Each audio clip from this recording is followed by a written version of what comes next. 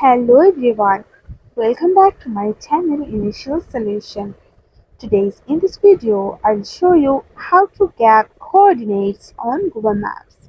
So first of all, you need to open your Google Maps app, then pin your location.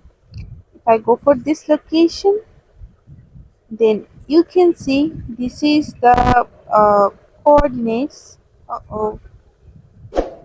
This is the coordinates here in the search bar.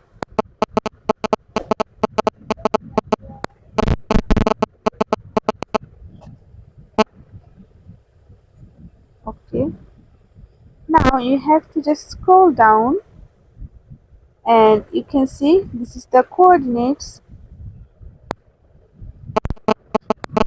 and now you have to just copy it, and now this is how you can get your coordinates on Google Maps.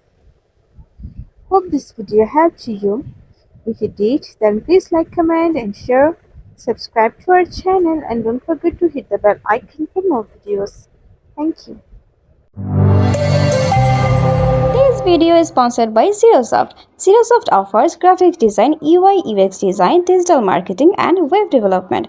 Elevate your brand with Zerosoft today. For more details, check the description box.